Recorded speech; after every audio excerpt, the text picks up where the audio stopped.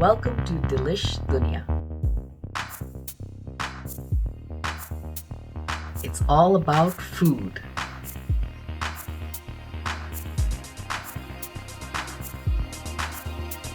Let's go on a food journey.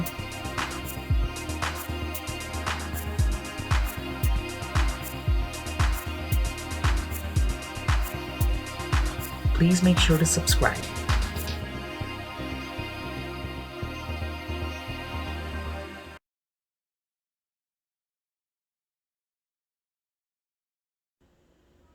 Alright, so today I'm gonna make a homemade salsa that I learned from a good friend actually that I worked with.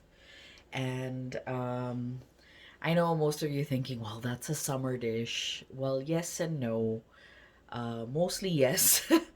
But I guess being in Colorado, we're really lucky because we have surprise days when we can get in the middle of February a beautiful day with 80 degrees or roughly 25 Celsius. So, anyway, this recipe is really easy. So, I have my food processor.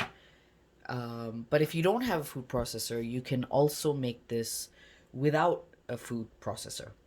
So the ingredients for this, and in some countries I know this will be difficult because some of these ingredients might be harder. So you can always mix and match and figure out, what you can get. So of course, the ardent fan, you must have cilantro. So you can see this is beautiful cilantro.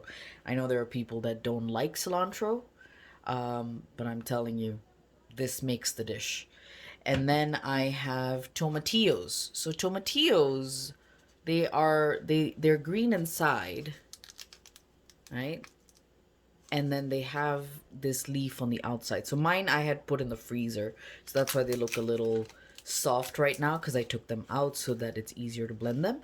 So essentially you remove this skin because you don't use it. And so you need two of these. And I like using small to medium size. You don't need a very large one. Unless you get a really big one, then you can stick to one. So roughly two of these. This really adds flavor. So I know like in Hong Kong, when I go to Hong Kong, this is hard to find. So sometimes you have those international stores and you can get lucky and get it. So I don't typically put jalapeno in. But of course, depending on the country, if you don't have jalapeno, you can put some sort of spice. But again, the only reason I'm putting the jalapeno, even this was in the freezer, so if it looks a little funny, the reason I'm putting jalapeno today is that for the tomatoes that I have that I'm using, typically I get a can of tomatoes that already is spicy, but I was unable to find that. So that's why I'm adding a jalapeno.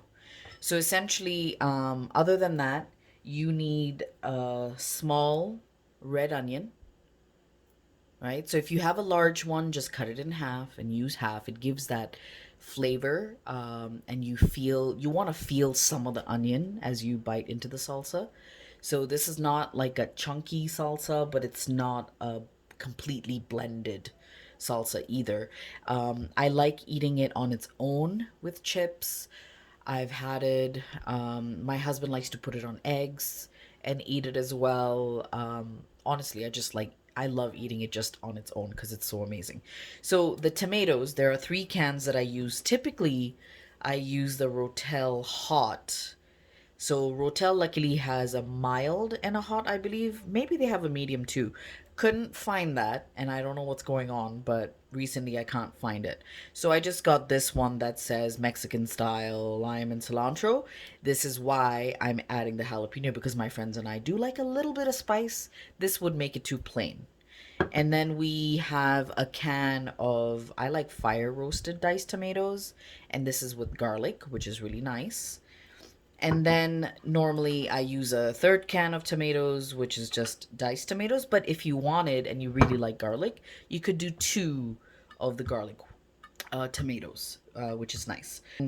I like to put cilantro at the bottom because otherwise it gets twisted up. It might still get twisted up, but less so if I put the cilantro at the bottom and then, put some heavy stuff on top of it.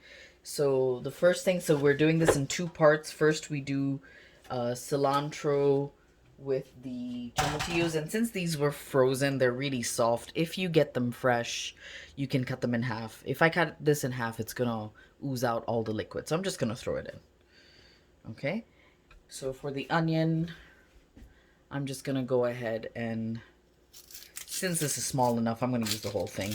I don't need to use half because this is a good amount.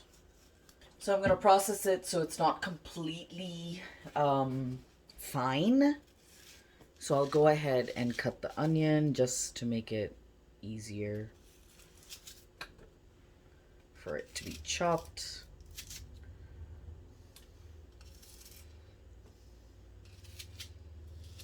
Okay, and then because we're putting our little friend here, the jalapeno, I'll just go ahead and cut it a little bit as well. All right, so I've got all of that in there. I'm gonna go ahead and use my processor, so it's gonna make a lot of noise.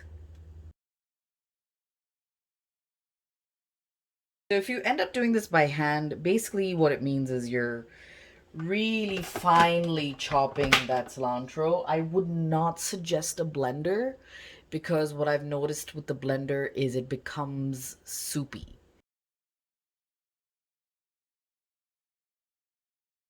And now that that is ready, I'm gonna go ahead and get my dish. So I have the standard dish that I typically use that fits my salsa very nicely. As you can see, it's not fine, right? You can still see some onion pieces. You want to be able to see that so that you can taste it, because that's, I think, what gives it flavor. All right, unloading it real quick. And then we'll get ready to work on the tomatoes. So this, I know I'm talking, so it seems like, oh my gosh, this takes really long. Well, it'll take long if you're doing it by hand, but if you're doing it by food processor, honestly, this is so fast. It takes 5 minutes, and it is my go-to summer thing when people say, oh, can you bring something to the potluck? Or can you bring something to the barbecue? I'll usually take salsa and chips. So I'm gonna go ahead and open my cans now. This part is fairly easy. So I'm literally just gonna put each of the cans. So I'll open each one of them. And then go ahead and dump them in my food processor.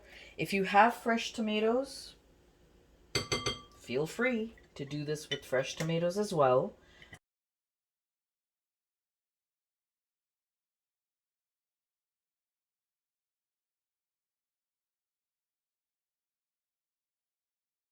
Okay, so not really chunky, no chunks, and tomato is blended, but you have a few little pieces, which is completely fine, right? So I'm gonna go ahead and put this and mix it in now with that cilantro onion mix we already did. All the salsa, all the mix, and I'm gonna go ahead and mix it up. As you can see, the colors are coming together. It's gonna look really pretty. So let me go ahead and finish mixing it. There we go. Yummy salsa. So what I like to eat it with, like I said, is with chips. So I end up using La Favorita chips. They're less salty and they're delicious. So thanks for watching. Have fun making salsa. Please like, share, and subscribe to my channel. Click the bell icon so you don't miss any future videos. Thank you.